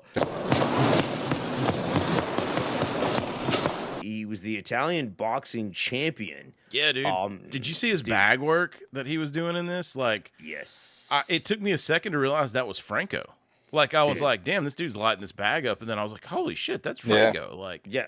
You know, it's like he had like small gloves too. Yeah, dude, I did notice that too because he wanted to destroy someone's jaw. Yeah, I don't know. Maybe those were just bad gloves. Maybe, but I mean, you could just tell his form and his extension and just everything. I was like, holy shit, like, yeah, so don't want to fuck with this guy. He was a boxing champion, and at 5'5", had I known about him when I was a kid, I'd have idolized him over Arnold because I was like 5'5", 5'6", obviously, and the guy was my size, and like little, but look at him. Well, there are a lot of people after watching this that think that Franco should have won. Leaf, I think you were talking about some people said that, or you thought I actually I didn't know enough about it, but I remember the first time I ever heard. That's probably a deep dive one drunken night into Arnold's bodybuilding career, which I did a few times, which is how I found about this movie, but I never watched it. There's a huge contingency of people from my experience and research that think Franco Colombo was superior to Arnold in a lot of ways, form and fashion, his muscle density, his symmetry, his just overall physique was superior to Arnold's. However, the one thing he lacked, and this is where the controversy comes in, was height.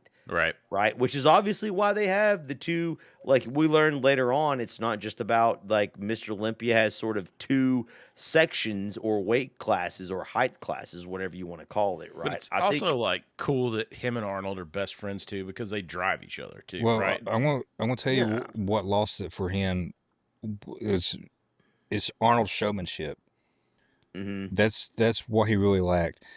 Me personally, I felt like Franco was about 10 years too early with the way his body was, because he was, I think, over muscular.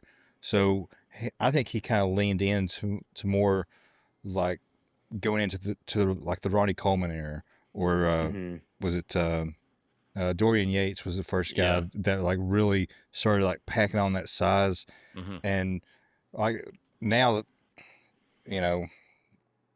I think they're the freak shows now.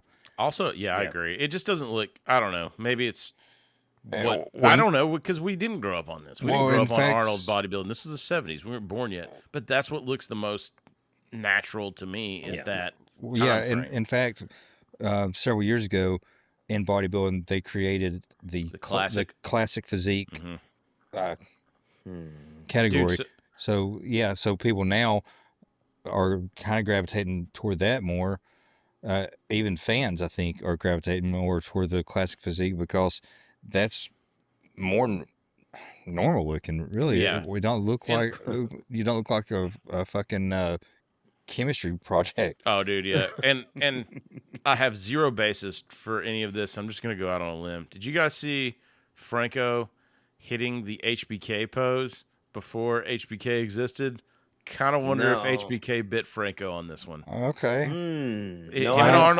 know exactly what you're talking about. Him and What Arnold, does he do? Him and Arnold are posing, and he gets down with the fucking like split, whatever, and he rocks that pose that HBK used so famously in the 80s and 90s. Like all your weight shifts onto one leg. Yep. No way. I'll put the clip really? in. Dude, I'm just gonna tell you right now. I just discovered that, and I'm a fucking genius. Nice. Really? Yeah. Actually, nice, dude. Like, but all right. Also, just to round out, Franco speaks what 3 fucking languages or some shit. Like, Franco and Arnold had, I wouldn't say a scam, but since Franco was, I guess he had some masonry skills. Dude. So when they were in Venice, they would work like rebuilding chimneys and patios and shit like that. And they would play fucking good cop, bad cop.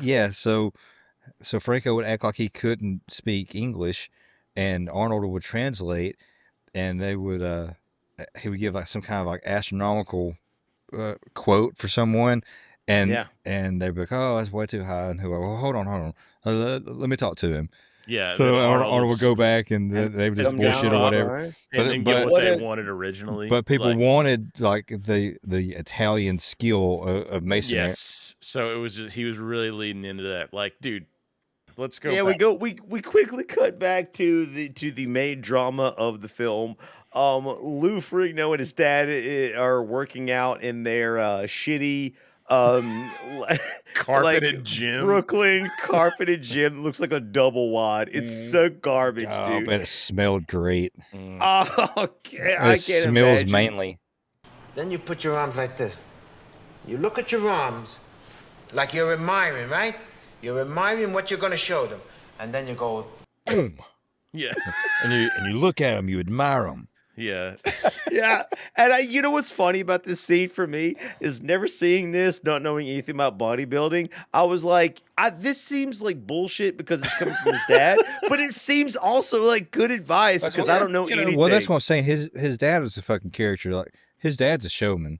Like he's always trying to talk him up. He's trying to build his confidence.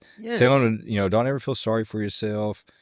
And some of the advice is really good. That was the other way I was torn. Well, yeah, I watched it last night with my wife, and she's like, "What if all dads talk to their sons like that?" Dude, like he criticizes him, but he also encourages him. He tells him he's the best. Like, she don't know. You're like, he turns out all right. He's doing okay. He's speaking English good enough. Yeah. Okay. So the real problem with his dad is not what he's saying, because a lot of this is what something I thought about after watching the docudrama, is that like you get these moments where like his father says really insightful things, but then it comes off as like really self-serving and annoying. And like that's the thing. It's like Chadwick said, it comes off as him living his dream through his son. Yes, which is a trope as old as time, right? So yes, you get in a situation where you're listening to him and you start to think, okay, he's saying all the right things, but he doesn't really mean it. He's disingenuous because he just wants me to be a success because of his own personal gain. Correct. And so that takes down, what he says. But like, if you take what he says at face value, it's really good things. And like Chadwick's wife mentioned, it's like a lot of it's really positive and encouraging things. It's there's criticisms. It's the way it's framed up. It's just the delivered. It's the way it's framed up. It's the way it's shot. Yes. It's the way it's cut. It's we don't get all the fucking other shit in between that his dad said. We get the gym lines. Like no one's ever seen somebody like something like that or something like that. Louis, like and he's so. Over, like Chadwick said, he's charismatic. He's over the top. He's a character. Yeah. From The Sopranos. He's definitely whacked more than one or two people in his entire life. He's wearing the Adidas 100%, leisure suit. Kind of reminds me of Wilson Fisk's dad in Daredevil. Yep, 100%, man. Absolutely. So then it goes back to just Arnold talking just some wild ass WWE shit about just fucking. He's about to fuck some minds. Is what he's about to do. I will mix him up. He will come so ready to South Africa, so strong. But by the time the night is over, the next morning he will be ready to lose. He said, "Do you feel him in your mind? You feel him fucking his mind? That's what Arnold's about to do. He's going to invite his fellow competitors back to his hotel and mentally destroy their confidence." Which is okay. This is when I knew I was like, okay, I'm definitely listening to some bullshit because he talks about like Franco Colombo, who I know is like one of his best friends. And again, this is me like experiencing this movie with hindsight and knowledge and stuff that I know. It's like I know Franco Colombo was Arnold's best friend until the day he died again in 2019. R.I.P. And Arnold was devastated. Yeah, man. for sure. Like They he was remained close to the day destroyed. he died. Yeah. But in this scene, he's talking about, I don't know, maybe I lure Franco into a hotel room by myself and give him the wrong advices. And that's what he said. He's like a child. He comes to me. I'm his father. Franco is pretty smart, but Franco is a child. And when it comes to the day of the contest, I'm his father. Like, and in the 25th about Franco. Yeah, about Franco. Yes. And he says in the 25th anniversary thing, he goes up. He's like, I mess with Franco all the time. Where I come up and I'm like, Franco, I'm your father. Like joking around with this, like so it was a joke between them. Yes. Like This scene, and then a couple of scenes coming up where Arnold. This is how I knew it was fake immediately or were scripted, because he plays the same character that he plays in Total Recall when his alter ego is like really arrogant and mean, and he like is making out with like not Kim Basinger, what's her freaking name? Sharon Stone. Sharon Stone, yeah. He's making out with Sharon Stone, and he's like the biggest dickhead on the planet, and the new Arnold doesn't want to become. We'll go into it when we cover that movie. But he's the same asshole, and I recognize that character because there's a shit-eating grin on his face, and he's just like, "Yeah, I don't know. Maybe I give him the wrong advices, and I screw him over, and I get into his head." And I'm like, "Hey, maybe I'll fight Apollo, and maybe I won't." Adrian.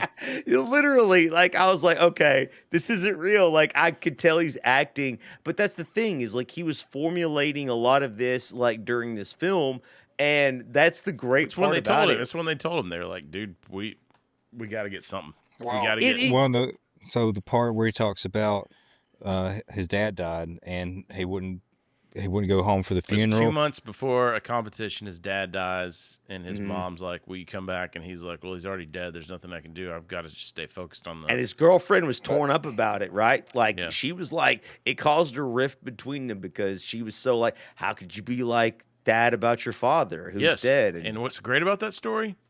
Fake. He actually got that from another. Was it another bodybuilder? Yeah, it was another bodybuilder. Yep. He stole the story from him because he but- thought, hey, put it in the movie because he thought it would be. But it was. But look, I mean, you do have to stay on task, like For sure. So my competition was in 2011 in June. April of that year is when that giant fucking tornado came through here, and like I couldn't even get to my house for like 4 days. But still made it to the gym. Yeah, I mean you have to though, right? Like, yeah, I mean that's like that's you're like literally prime time. You're carving a year out of your life to hone it down to one day, and not even one day for that first half of that day. You're trying to get your body prime and ready for half of a day for that early judging, like the first half of the day. Yep, that's fucking nuts. It's nuts, and that's one of the things about the interviews with Arnold that you can't underestimate because a lot of it is bullshit. But layered in, this is what I found out the most fascinating part of the docudrama was. Layered in between there is actual legitimate real advice, right? Like in these interviews, Arnold talks about what it takes to be a champion, about how you can't let things affect you. It's like if you want something, you have to be all in for it. You can't be distracted. And sometimes that goes to the extreme, not necessarily your father dying, which was fake. However, like he says, like if someone steals my car out there, like I can't let that thing influence my mentality. I have to stay focused. Let's get serious. He understood what it took to be a champion, that you can't be given to distraction. And like that was inspiring to me. It's like even amongst like all the weird bullshit about like fucking over Frank Colombo, his best friend, like in the head and ruining his competition. Hitting him with a steel chair right before he goes out on stage. Yeah. So Arnold let's talk about this fucking with people's heads, right? Because he really does. We get into this scene where they've gone down to South Africa. Yeah, let's get. we're So in the next. we're in South Africa. Yeah, man. It goes to South Africa before we get into the fucking people's heads. You have a couple because everybody down there, they're making money in South Africa, right? So they're doing different photo shoots. They're getting paid because you're at this level, right? This is Mr. You Olympia. multitask, man. Correct. And they're all together, by the way, too. Yes. They're all in the same. Arnold's sharing down hotels. There. He's getting this interview about his perfect woman, and he was basically like, my perfect woman is like a rare steak. I'm just looking for a warm pink center, is all Arnold says. It's not what he says. That's more or less what he said. He gives a more politically correct answer, but yes, that's the I'm not sure if it's politically correct now because he does say, You know, I like them with black hair, with brown hair, with red hair, with big breasts, with little breasts, with big ass, with a little ass. But as long as her personality's good. Yeah, for 1975, like he gives a politically shit correct. about her personality. He doesn't give a shit. He was just like, as a rare steak, a medium rare steak, I just want a warm pink center. Yeah, he'll take whatever comes down the pipeline for pretty much. I'll tell you what Arnold wasn't saying. You know, like on that champion skit where the guy's like, "No one's fucking the maids in my house because they're fucking ugly." Arnold was not saying that. He was like, "Any woman has a chance with me." And meanwhile, Lou Ferrigno is doing a photo shoot with a damn cheetah. Watch out now, Lou. You need to. This is good. Get ready. I found this picture because I was like, you? no way this is real. Yes, you guys I send it to found me. it. We'll You can put it in put it in. post. I'll Oh, yeah. send it to you. Lou Ferrigno has literally got this cheetah, like, and he's like, they're like, it's licking his. He's licking his fucking leg. legs. That's what freaked me out. Where I was like, he's tasting flesh for the first time. Yeah, and yes, and the photographers are like, oh, and I'm like, oh, nothing. This thing eats flesh for a living. Like, what are you awing about? It's gonna eat Lou Ferrigno. No, it's got the thing has whatever Muscle Magazine has his picture with it. How great would that have been? Like, if he doesn't make it to the competition because he got mauled. No, if it snaps on him and he just like grabs it and just fucking wrings its neck. Just kills it like Hercules. Yeah. Just chokes it out. Hulk smash. Dude, that shit was like, that was wild. And I just remember thinking like when the cheetah came out and he's just like having to pose and shit, I was thinking about Chris Farley from the Japanese skit where he's like, okay, why are you chaining me up now? Jesus Christ. Like Louis just having to go with the flow and his dad's like counting the fucking 100 bills in the background. He's like, yeah, Louis, you're doing a great job. Give the people what they want, man. This is probably the most, to me, this is the most iconic scene of the movie where fucking Arnold and the Ferrignos have this breakfast, which again is one of the only times you see them fucking eating. And they're eating eggs, and I think Arnold has a piece of toast, which I thought was weird. Well, he is eating like 3 eggs, like soft boiled eggs. On the plate, like while he's talking to them, but there's also toast on the. He has the toast, but does he take a bite of the toast ever? I don't see that he does. But so here's, I don't know if he ate the toast or not. I didn't do bread, but one thing that I didn't know, Chris, you remember Jake Thrash we worked with? Like he had won like several bodybuilding competitions. And I was talking to him in that last week of prep, like what I was doing, and he's like, why are you still like eating that much protein? Like you need to go home tonight. Carbo load, right? Yeah, this was like the night before the competition. He's like, you need to go home and just start eating like a shit ton of sweet potatoes, because the carbs fill out your muscles or whatever. And weren't you eating like, was it every 2 hours? Yeah, but after he told me that, like, I just went home that night and just like ate like sweet potato after sweet potato. Yeah, and he was doing, but Shadow was like timing it out. I remember he said it was like every 2 hours, so he's like not even sleeping. This is the day before the competition, right? So you're dehydrating yourself. Completely dehydrated. I'd not had water in like a day and a half at that point. Just pounding sweet potato. Yeah. Yep. And did you feel like that helped you though? That's what I wanted. Yeah. All the sugar and the carbs like made me more vascular. And Chris, to your point, you were drinking your red wine.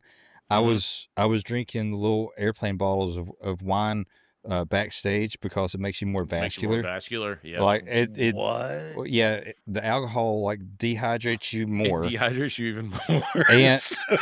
And the sugar God damn it. And the sugar makes your veins pop out more. Yeah, it's fucking awful. Screaming. Dude, it's not good. Holy so anytime crap, Shattuck was like, we'll be drinking, and Shattuck's like, you know what, man? I think I could and I'm like, nope, no. Like, you stop. Like, you remember how miserable you were? Dude, God, dude. The tops of my feet cramped for like 4 days after that. Yeah, that is definitely dehydration. Nice. So on dialysis, you will obviously the machine pulls your kidneys no longer. You don't produce urine, and so the machines pull the liquid off of you, and it's really common to cramp. Why the fuck would anybody ever want to do that? I know, right? Like, because of bodybuilding, that's why. Yeah, bodybuilding, dude, and so people would, like, the only solution for, like, obviously I couldn't walk, but, like, other people that could, the only solution was to, like, walk around, like, just literally walk. And so there would be people, when I was on dialysis, there would be people walking in the parking lot back and forth to, like, try to walk out their cramps, to, like, exercise their muscles and get the... I'm not nervous at all. Thank God. Jesus Christ. It looks like a master class of mind fucking. Yes, it did. It without the gel time from, whoever originated the mind fucking thing. Dude, he's talking to him, and he's being so nice and so genuine, which I think this part is real. Like, he's being nice to Louis' mom. He's being nice to his dad. They keep, you're the king. You're the king, Arnie. You're the king, or whatever. Well, I mean, it starts the scene where like he's holding the egg on his fork, and he's like shaking. He's like, I'm so nervous, and like Louis like steals his arm, and he puts the egg in his mouth. He's like, oh, thank you. They're like hamming it up or whatever, but then Arnold drops the fucking line of lines where he's just like, it's amazing. Can you imagine the feeling I have 6 times Mr. Olympia? I called my mother yesterday already, and I said I won. She says, congratulations, Arnold. So he's so confident that he calls his fucking mom. Also, he dehumanizes Louis in this because he's talking past Louis. Like Louis like right there on his left, and he's talking, I think, to his mom. Maybe he's like, he just got the timing off. One more month. Another month would have been perfect for you. And he's like, of course, another month I would have been bigger too. So what the hell? Yeah, and he's like, I mean, you've won 2 Mr. Universe. I mean, that's it's like that's good enough. He's like, so so what if you don't win the Olympia? What the hell? What the hell? Like, and then when he gets up, like they're starting to leave, or whatever, and he goes over to Louis' dad, and he's talking to him, and he's like, help him, calm him down. And he's just not talking to Louis. And he goes, don't mess him up this time. Yeah. So it's a dig at Louis and at his dad. And then he just bounces. Yeah. He's just like, I'm out. What I love too is like, if you see this too, like in the middle of this, Ken Waller comes out with a fucking handheld camcorder, and he just like, pretends to film him. Yeah, dude, Ken Waller. I would like to see that footage. Yeah, Ken Waller is just probably, and I wonder too, like how much of this is just like, I don't know how much fucking around it is, but I mean, Arnold knew he had won at this point, right? Like he'd seen Lou, he'd seen, he knew. Like all he had to do was go out and perform. I really honestly feel like he did know, and like this is something I want to ask about Chadwick in a little bit, but like I feel like he did know that he probably won the competition, and also like he's on a different level than everyone else in the film. Like these guys are all hungry, they're starving, they're trying to win, and Arnold is just having the best time of his life because he knows what he has, he knows what he is charismatic, whatever politics plays into the judging.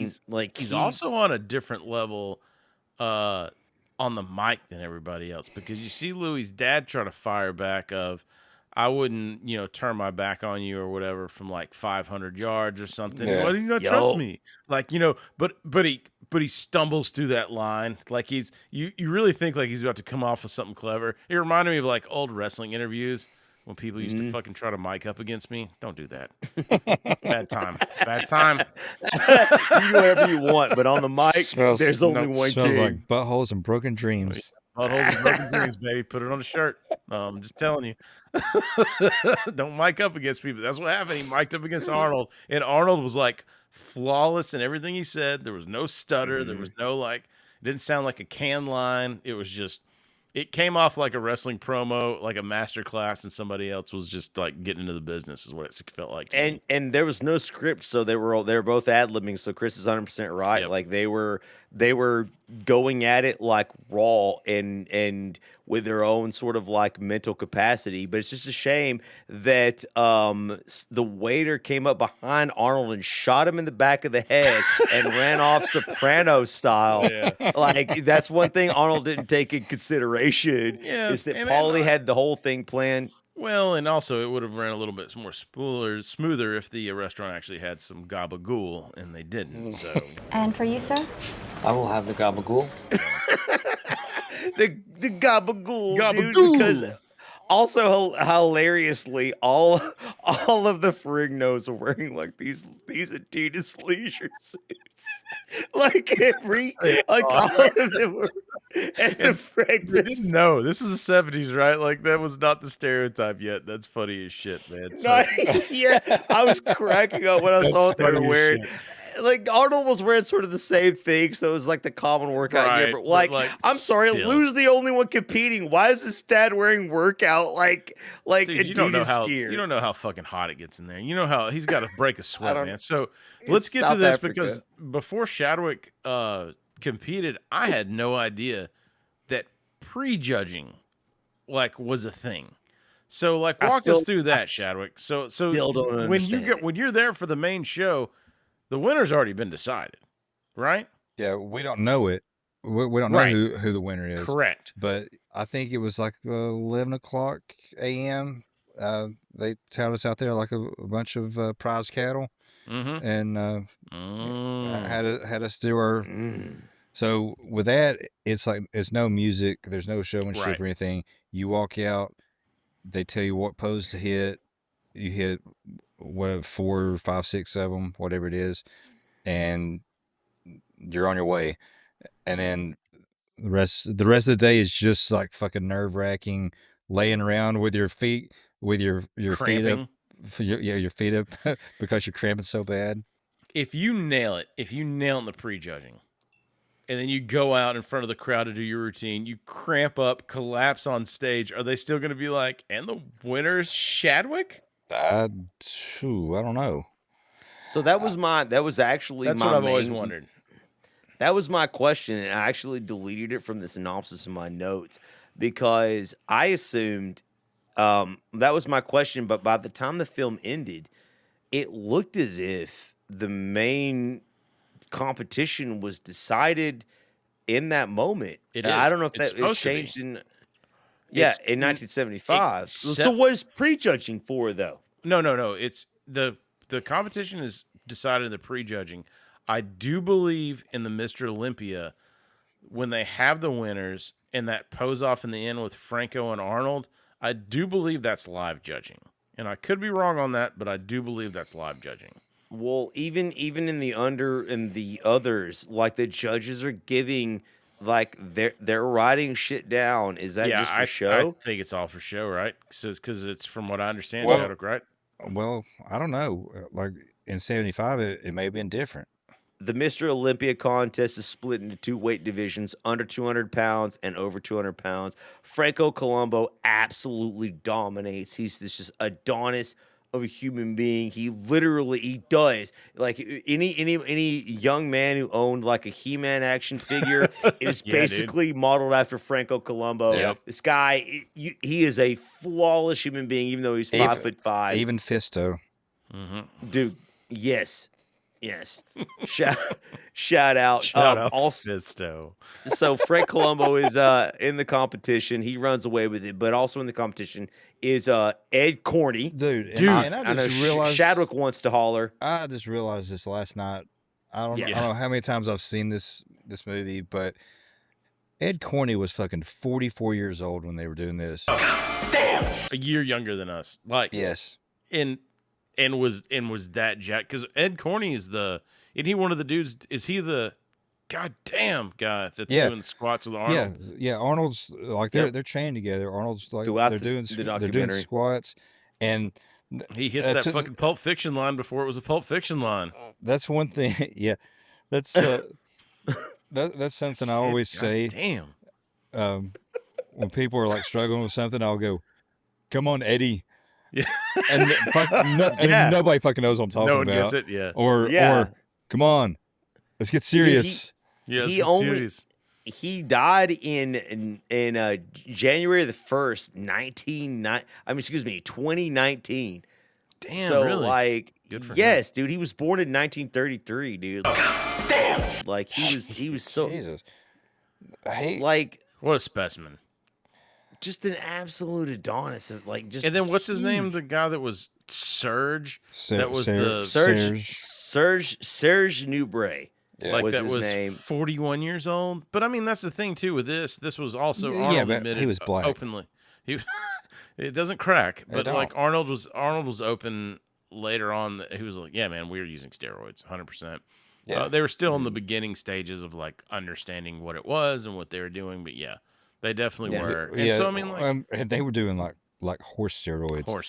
He's like, right. We didn't know it would hurt us. Yeah. Well, that's it. Just like that's why it wasn't illegal. Nobody understood, and even the bodybuilders weren't sure about it. Like that's what a lot of people are like. Well, they were yoked. It's like not everybody knew what the effects would be. They were scared too. Steroids don't help you with the diet.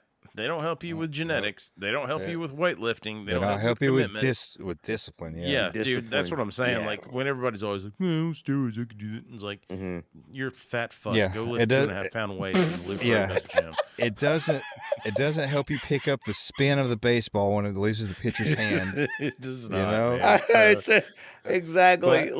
But look. Back to this. We're talking about Ed Corney. So. When they're out there, Arnold is like he's in the audience with the bigger guys, and they're watching the smaller guys, and they're all talking about like how great these guys are. Yeah. And that's where you really feel like how tight knit that group is. Right. And he's like, oh my God, like look how perfect he looks. And Arnold even comments on Corney's posing. He's like, that's posing.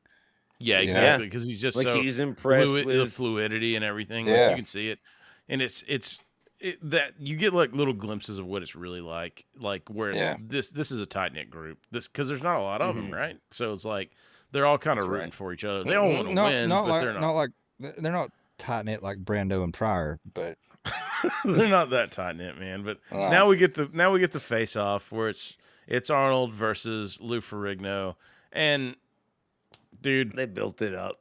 But you see, as soon as Arnold comes out on stage, his back pose with the way it ripples, like when he does that back pose, is like ball game. Like, why are we even still here? It's like a road map out back there. It's night and day. It absolutely is.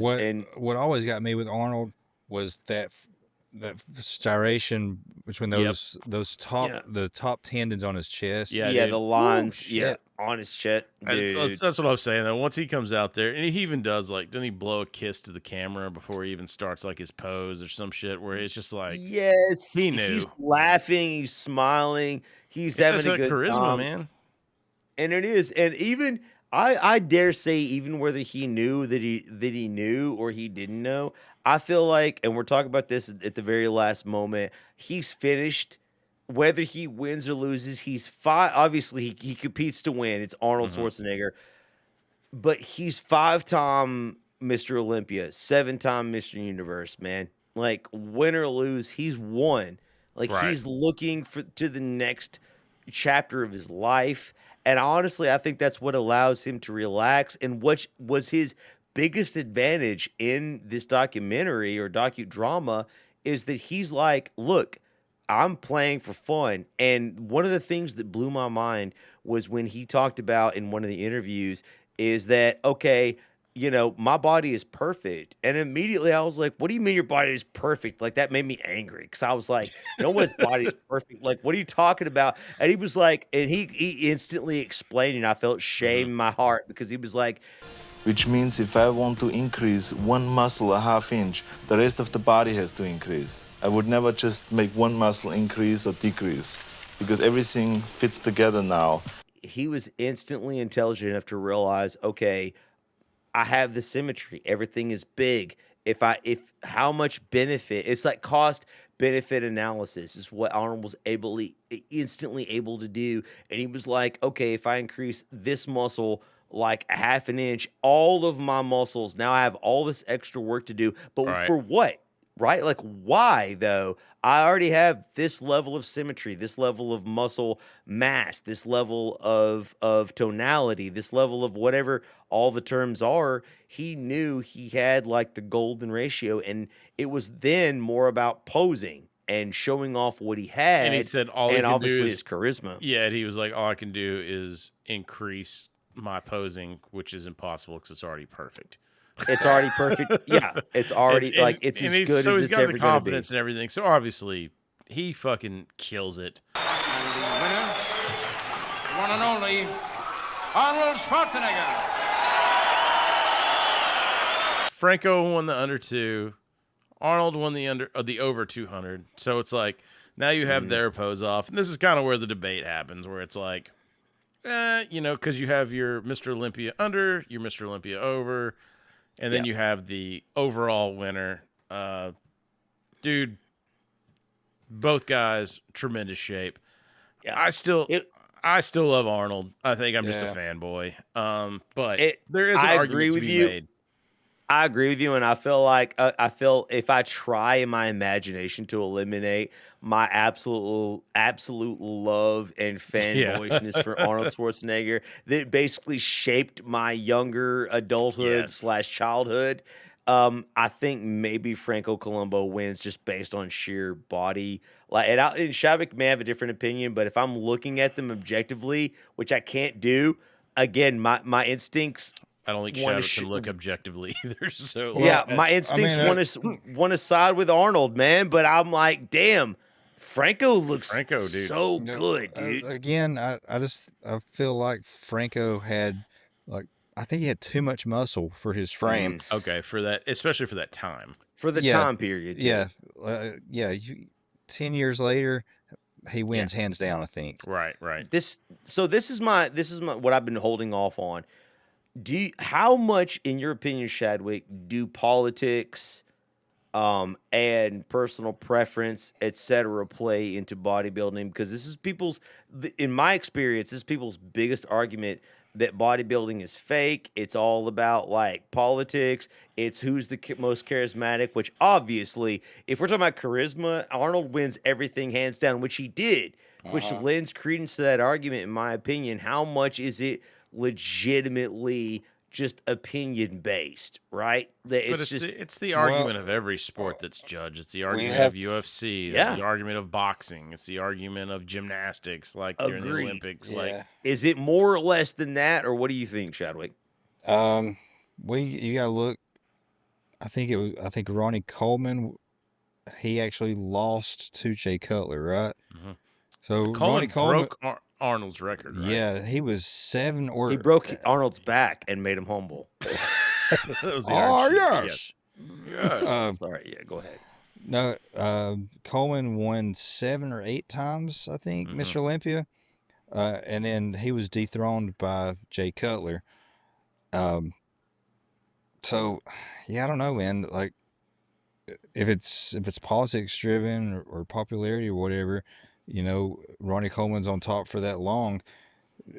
You know, it's just one of those two. Like, it's Ronnie Coleman and Jay Cutler. Though Cutler was like the chase. It was the Lou Ferrigno to Arnold, right? But it was I think a lot of these guys try to be as true as they can, but there's a phrase in WWE that's used all the time that's called "best for business." And sometimes change is best for business, right? So, like, Ronnie Coleman gets dethroned, and I don't know if he came back and won the next year or what happened, or if Cutler went on a run after that. Like, I looked it up, I just forgot it. But, like, it's one of those where it's like, okay, you're creating story, you're creating interest, so, like, I think Cutler did go on a run, and then I think it was Phil Heath after that. Yeah, Phil Heath, that's the other one. Yeah, but I mean, that's what I mean, though. So it's like there's always the person coming up to beat them. The chase, wrestling was always the chase is where the money's at, right? So, and I think that actually applies to this particular movie, because after Arnold wins it all for the 6th consecutive time, he announces that he is retiring from professional and everyone knew that was coming, right? Can you imagine that? 6 times. 6 times. 6 times he won.